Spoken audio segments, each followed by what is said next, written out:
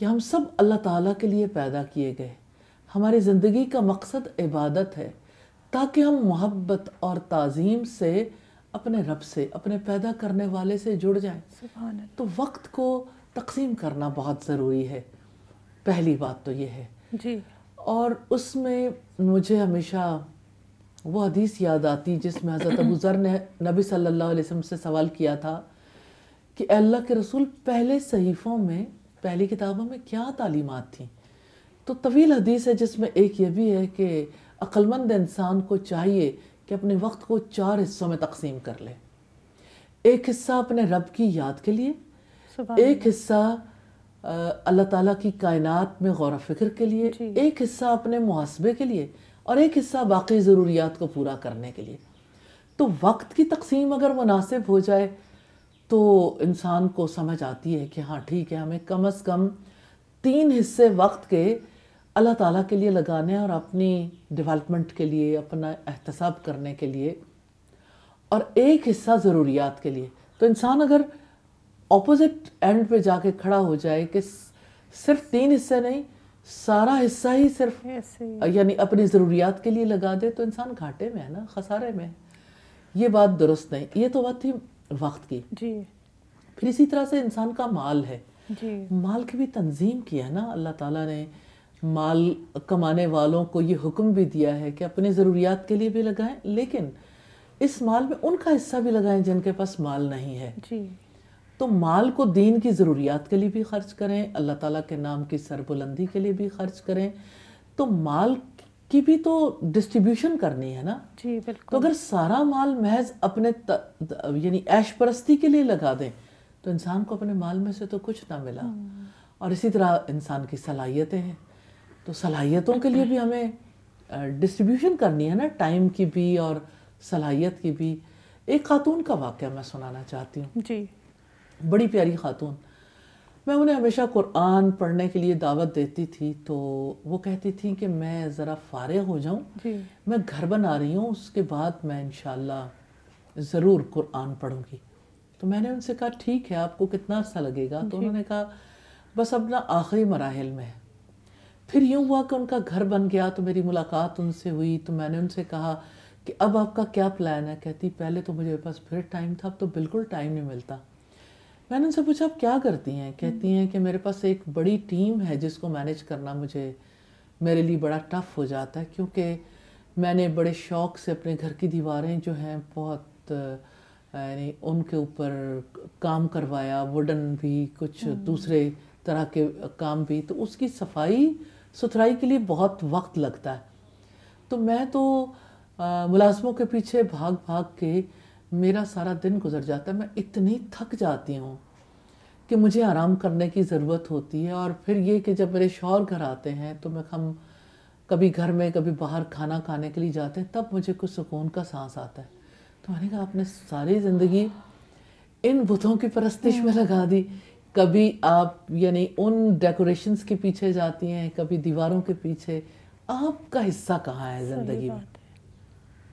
اچھا اتفاق کی بات ایسے ہوئی کہ وہ کہیں کسی جگہ سے پھسلی ہیں تو بے ہوش ہو گئی. مجھے پتا چلا 6 ماہ وہ ہوش میں نہیں آئی، اور پھر اسی میں قومے میں ہی ان کا انتقال ہو گیا. اللہ اکبر. تو میں یہ سوچتی ہوں کہ وہ وقت کہاں لگا، وہ صلاحیت کہاں لگی، وہ مال کہاں لگا. تو کتنا بڑا خسارہ ہے انسان کے لیے کہ انسان اس زندگی میں گھر کے لیے سوچے اور آئندہ ہمیشہ کے گھر کے لیے کبھی نہ سوچے. وہ بہت بڑا لاس ہے انسان بات کے لیے. وہی ہے نا کہ سامان 100 برس کا ہے، پل کی خبر نہیں. تو بات تو یہی ہے کہ ہماری تو زندگی کی پلاننگ جو ہوتی ہے وہ تو بہت لانگ ٹرم ہوتی ہے نا، اور پتہ نہیں ہے کہ ہمیں زندگی کا دوسرا سانس بھی آنا ہے یا نہیں آنا. سزا آپ نے یہ جو بات کی نا، جو وقت کو تقسیم کرنے کی، یہ بات بہت اہم ہے. کہ بات بالکل ٹھیک ہے کہ ہماری زندگی کا 1/4 حصہ جو ہے وہ ضروریات زندگی میں ہمارا صرف ہونا چاہیے. لیکن ہمارا تو ہم تو کانٹری کرتے ہیں نا، کہ ہمارا 3/4 تو آلموسٹ، اور کسی کا پورا جو زندگی کا حصہ ہوتا ہے اور دن کا بھی حصہ ہوتا ہے، وہ سب تو دنیا کی ضرورتوں میں صرف ہو جاتا ہے. اور بات یہی ہے کہ جب آپ گھر بنا رہے ہوتے ہو نا، تو گھر کو سوچنا، کنسیو کرنا، پھر اس کو اس طرح سے اس کی کنسٹرکشن، پھر اس کی ڈیکور، انٹیریئر، آج کے زمانے میں فی الوقت تو یہ بہت ٹائم ٹیکنگ کام ہے، اور ہر چیز کا اس میں اسراف ہی اسراف ہے، چاہے وہ ذہن ہے ہمارا، چاہے وہ صلاحیت ہے، چاہے وہ مال ہے، چاہے وہ وقت ہے۔ تو یہ تو آپ نے بہت خوبصورت بات کی۔ اچھا، مجھے ایسے لگتا ہے سزا کہ جب ہم گھر بناتے ہیں تو کیا ہمیں اپنا مقصد بھی تو سامنے نہیں رکھنا چاہیے؟ مطلب گھر بنا رہے ہیں تو اصل میں کس مقصد کے لیے بنا رہے ہیں نا؟ تو اگر اس میں تھوڑا سا مقصد بھی ایسا شامل ہو جائے کہ کچھ اللہ کی رضا کا کام بھی اس میں ہو جائے، کچھ ایسا جیسے مجھے یاد ہے کہ میں نے بھی گھر بنایا الحمدللہ، اللہ کا احسان کہ اللہ نے موقع دیا۔ تو جب میں گھر بن رہا تھا نا، تو مجھے ابھی تک یاد ہے کہ میں جب بھی انٹر ہوتی تھی نا گھر کے اندر، مطلب میں اس دعا کے ساتھ انٹر ہوتی تھی کہ یا اللہ اس گھر کو اپنے دین کے لیے پسند کر لے اور یہاں سے کوئی نیکی اور خیر کا بڑا کام جاری کر دے۔ مطلب مجھے آج تک یاد نہیں ہے کہ میں اپنے گھر میں جتنے عرصہ وہ بنتا رہا میں اس دعا کے بغیر کبھی انٹر ہوئی ہوں الحمدللہ۔ تو ایسا ہوتا ہے کہ اگر آپ مقصدیت ہماری واضح ہو جائے تو کیا تھوڑی آسانی نہیں ہو جاتی، اور یہ کہ ہر کام پھر اللہ کی رضا میں کاؤنٹ ہونا شروع ہو جاتا ہے؟ ساتھی، اس کا انالیسس تو آپ بہت اچھے طریقے سے کر سکتی ہیں کہ گھر بنانے کے بعد جی پھر کتنا موقع ملا اور کیا کتنی مصروفیت رہی گھر کے ساتھ، اور پھر یہ ہے کہ یعنی آپ کیا جسٹیفائی کرتی ہیں کہ اس گھر بنانے کے بعد میری زندگی میں اتنا وقت رہا، اتنا مجھے موقع ملا کہ میں یہ سب کچھ کرنے کے قابل ہوں۔ یہ تو خیر آپ خود بہتر طور پر انالائز کر سکتی ہیں، اللہ تعالیٰ توفیق دے اس کی۔ لیکن نارملی اگر آپ دیکھیں تو انسان بعض اوقات اس سے بھی دھوکہ کھا جاتا ہے کہ میں نے نیک مقصد کے لیے گھر بنایا، بہت اچھا ہے، بنانا چاہیے، لیکن یہ ہے کہ وہ مقصد بہت پیچھے کہیں رہ جاتا ہے، اور انسان جو ہے وہ اس گھر کا اور گھر کی اشیاء کا اور گھر کی مینٹیننس اور گھر ہی کا غلام ہو کے رہ جاتا ہے۔ ریلی گھر جو ہے وہ بہت زیادہ خود اپنے اندر انوالو کر لیتا ہے، اور نیچرلی اگر آپ نے ایک یعنی انویسٹمنٹ کی ہے اور اپنی سہولت کے لیے کی ہے تو اس کے لیے وقت تو لگے گا ہی، لیکن وقت کی کوئی لمٹ ہے نا، کس حد تک؟ تو ان چیزوں کو ضرور ہر کسی کو دیکھنا چاہیے، تاکہ یہ ہے کہ گھر میں رہنے کے مقاصد بھی پورے ہوں۔ اور آپ جیسے بات کر رہی تھی کہ اچھا مقصد بھی سامنے رکھ لینا چاہیے، گھر والوں کا رہنا اور گھر والوں کا آپس میں حسن معاشرت سے رہنا، یہ بذات خود بہت بڑا مقصد ہے۔ اور پھر یہ کہ گھر والوں کو ایک دوسرے کے سکون کا خیال کرنا، اور پھر یہ کہ انسان اگر بہت ساری مجبوریوں سے بچ جاتا ہے گھر کے اندر تو نیچرلی یہ بڑا اچھا عمل ہے۔ لیکن گھر صرف دیواروں کا نام نہیں، گھر والے ہی اسے گھر بناتے ہیں۔ تو جس گھر میں رب کی یاد ہوتی ہے وہاں تو فرشتے بھی آ کے سلام کرتے ہیں کہ تم پر اللہ کی سلامتی ہو اے گھر والو۔ ابراہیم علیہ السلام کے گھر والوں کو کہا گیا تھا۔ تو اللہ تعالیٰ ہمیں بھی اسی طرح اپنے گھروں کے اندر رہنے کی توفیق دے، جس کی وجہ سے اللہ تعالیٰ ہم پر بھی سلامتی کا سلسلہ جاری کر دیں۔ آمین۔ جی آمین استاذہ، بہت اچھی گفتگو چل رہی ہے، آپ کہیں نہ جائیے گا، ہمارے ساتھ رہیے گا، ملتے ہیں بریک کے بعد۔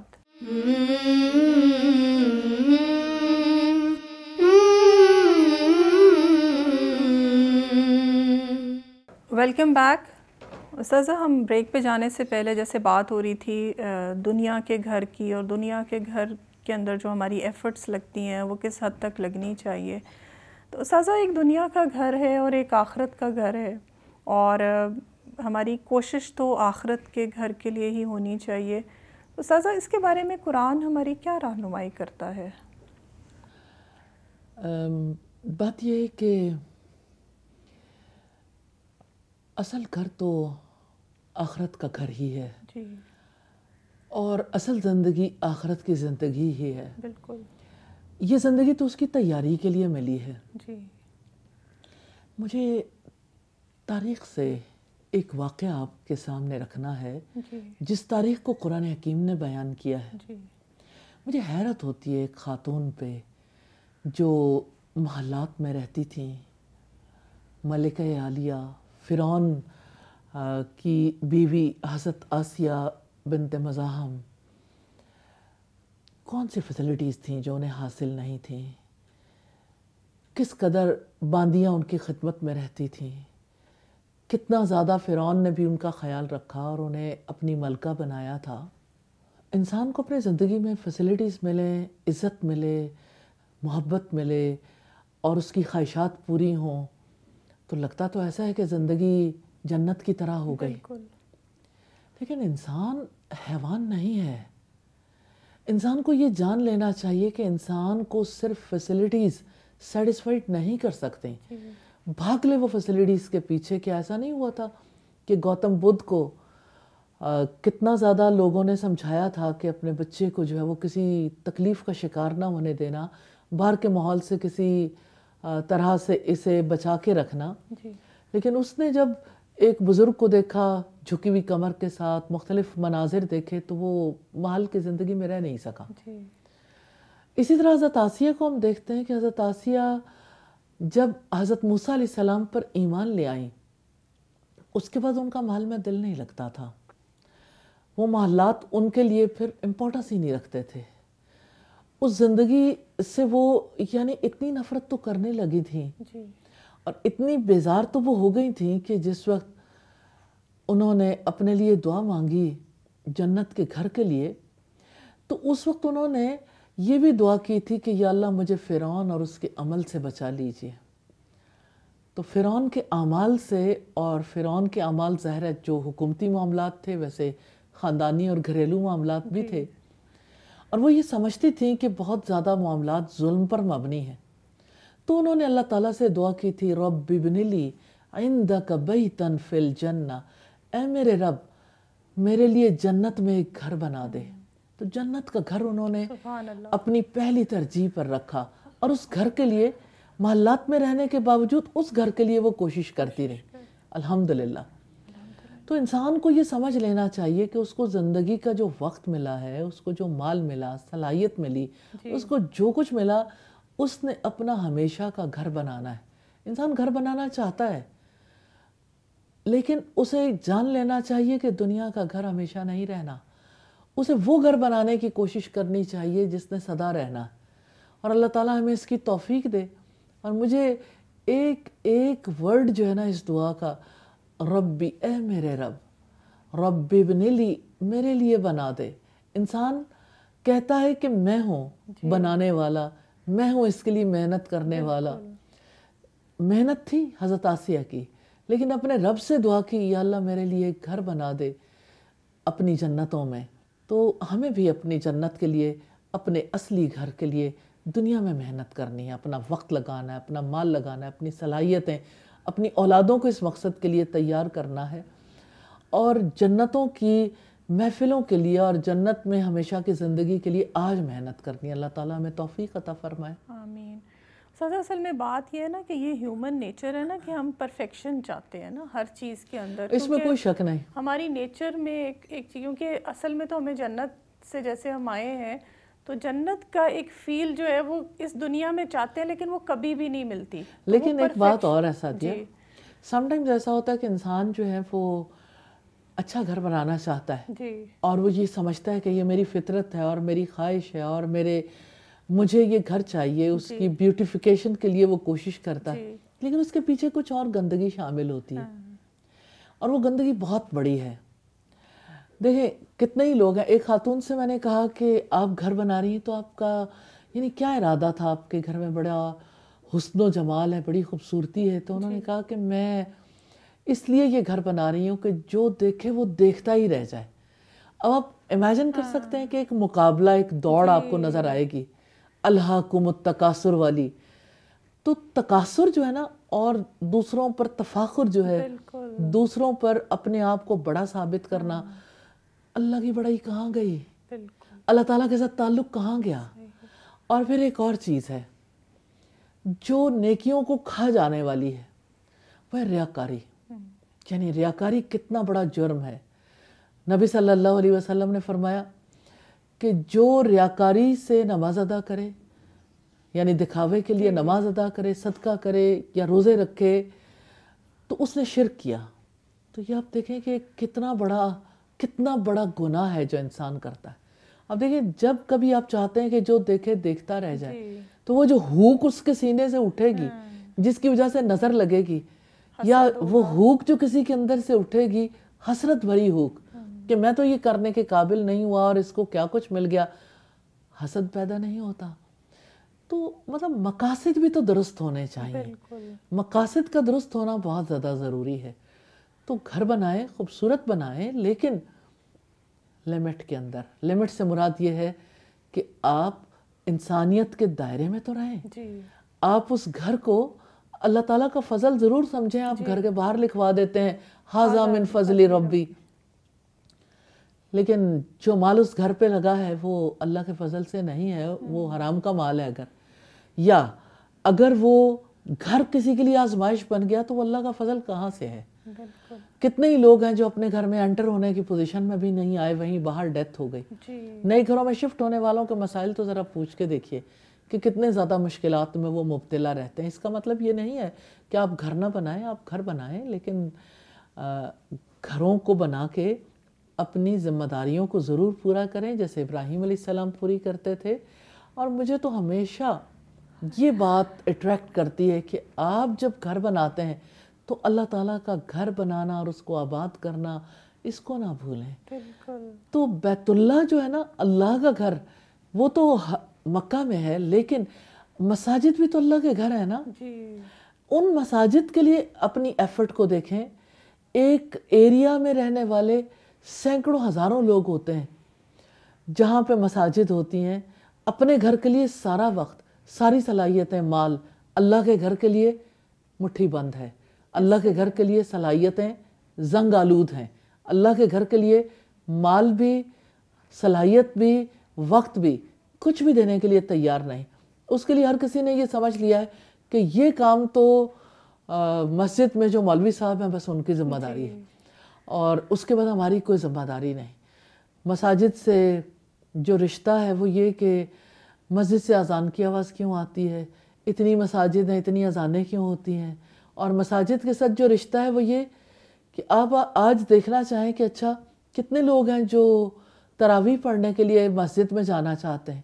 تو جتنے کسی کے گھروں میں فیسلٹیز زیادہ ہوتی ہیں اتنا ہی زیادہ ان کے لیے مسجد جانا مشکل ہو جاتا ہے. تو اس ڈفرنس کو، اس جو بودھ ہے نا ہمارے گھروں اور ہماری مساجد کے درمیان، اس کو ختم کرنے کی کوشش کیوں نہیں کرتے؟ اس کو بھی آگے بڑھ کے ختم کریں گے تو اولادیں اللہ تعالیٰ کے گھروں میں جائیں گی، پھر اللہ کے گھر آباد ہوں گے. اللہ تعالیٰ ہمیں توفیق دے. توفیق عطا فرمائے. استاذہ آپ کی اس بات سے نا مجھے یاد آیا، میرے والد جو تھے نا، اللہ تعالیٰ ان کی مغفرت کرے، ان کو نا مسجد سے بڑی محبت تھی. اور آپ نے جب کہا نا کہ اپنے گھروں اور مسجدوں کو جو ہے وہ امپورٹنس دینی چاہیے اور مسجد کو زیادہ، تو مجھے آج تک یہ والا بات یاد ہے کہ کچھ سال پہلے نا انہوں نے اپنے گھر میں فال سیلنگ کروانے کا آغاز کیا. شاید ایک کمرے میں بھی نہیں ہوگی تو روک دی. میں نے ان سے پوچھا، میں گئی تو میں نے کہا ابو جی آپ نے کیوں روک دی ہے نا؟ کہتے بیٹا میں جب کروانا شروع کی، اور میں مسجد تو ماشاءاللہ وہ ان کی بڑی محبت ہی ہر وقت ہوتے تھے، کہتے بیٹے میں مسجد میں گیا، میں نے وہاں دیکھا کہ وہاں تو نہیں ہوئی، تو میں نے اسی ٹائم یہ عہد کیا کہ پہلے میں مسجد کی کرواؤں گا کیونکہ یہ اللہ کا گھر ہے اور اس کا حق زیادہ ہے، اور بعد میں جو ہے وہ اپنے گھر کی کراؤں گا. یہی جذبے چاہیے بیسیکلی. تو اپنے مطلب اللہ کے گھر کو آباد کرنا، اس کو ڈیکوریٹ کرنا تاکہ وہاں لوگوں کا دل لگے، یہ ہماری سوسائٹی کی نیڈ ہے اس وقت. اور میں یہ کہتی ہوں کہ ایک چیز جو ہے کسی کو نہیں بھولنی چاہیے. سادہ سی بات اللہ تعالیٰ نے قرآن حکیم میں ارشاد فرمائی، فَلْيَعْبُدُوا رَبَّ هَذَا الْبَيْتِ. انہیں چاہیے، ان پر لازم ہے کہ اس گھر کے رب کی عبادت کریں. الَّذِي أَطْعَمَهُم مِّن جُوع، جو انہیں بھوک میں کھانا کھلاتا ہے، وَآمَنَهُم مِّن خَوْفٍ، اور انہیں خوف سے امان عطا کرتا ہے. تو یہ والی بات ذہنوں میں رکھنی چاہیے، کیونکہ اسی کے ساتھ ہی اللہ تعالیٰ کی طرف رجوع کرنے کے قابل ہوتا ہے بندہ، اور زندگی کا مقصد پورا کرنے کے قابل ہوتا ہے. الحمدللہ. الحمدللہ. استاذہ ہم ضرور آپ سے ریکویسٹ کریں گے کہ آپ کوئی دعا کر دیجئے کہ اللہ تعالیٰ ہمیں آخرت کے گھر کی تیاری کی توفیق عطا فرمائے. یا ارحم الراحمین، آپ سے استدعا ہے ہمارے گھروں کو اپنی یاد سے منور کرنے کی ہمیں توفیق عطا فرما دے. اور یا اللہ ان گھروں کو بنانے کے بعد اور ان کو بسانے کے بعد الہی یہ بات ہمیشہ یاد رکھنے کی توفیق عطا فرمائیے کہ تو ہی روزی دیتا ہے، تو ہی کھانا کھلاتا ہے، اور تو ہی ہمیں خوف کی حالت میں امن عطا کرتا ہے۔ یا اللہ تو ہمارے گھروں کو اپنی یاد سے آباد کر دے، اور یا اللہ ہمیں اللہ کے گھروں کی محبت عطا کر دے، اور الہی اپنے اصلی گھر جنت کے لیے دنیا میں تیاری کرنے کی توفیق عطا فرما دے۔ آمین ثم آمین۔ آمین۔ جزاک اللہ خیر استاذہ، اللہ تعالیٰ آپ کی دعائیں قبول کرے اور ہمیں آخرت کے گھر کی تیاری کی اللہ توفیق عطا فرمائے۔ الحمدللہ آج کے دن پر ہم نے دیکھا کہ ہم اس دنیا کے اندر اپنے گھر کو خوبصورت بنانا چاہتے ہیں، گھروں میں بہترین فیسلٹیز چاہتے ہیں، اور ہم چاہتے ہیں کہ ہمارا گھر جو ہے وہ جنت نظیر بن جائے، لیکن گھر اور یہ دنیا کبھی بھی جنت نہیں بن سکتی، کیونکہ جنت پرفیکشن کا نام ہے، اور آخرت میں ہی انشاءاللہ تعالیٰ ہمیں پرفیکشن ملے گی۔ اللہ تعالیٰ سے دعا ہے کہ اللہ تعالیٰ ہمیں آخرت کے گھر کی تیاری کی توفیق عطا فرمائے۔ انشاءاللہ تعالیٰ ہم نیکسٹ پروگرام میں کسی اور موضوع کے ساتھ دوبارہ حاضر ہوں گے۔ اللہ حافظ۔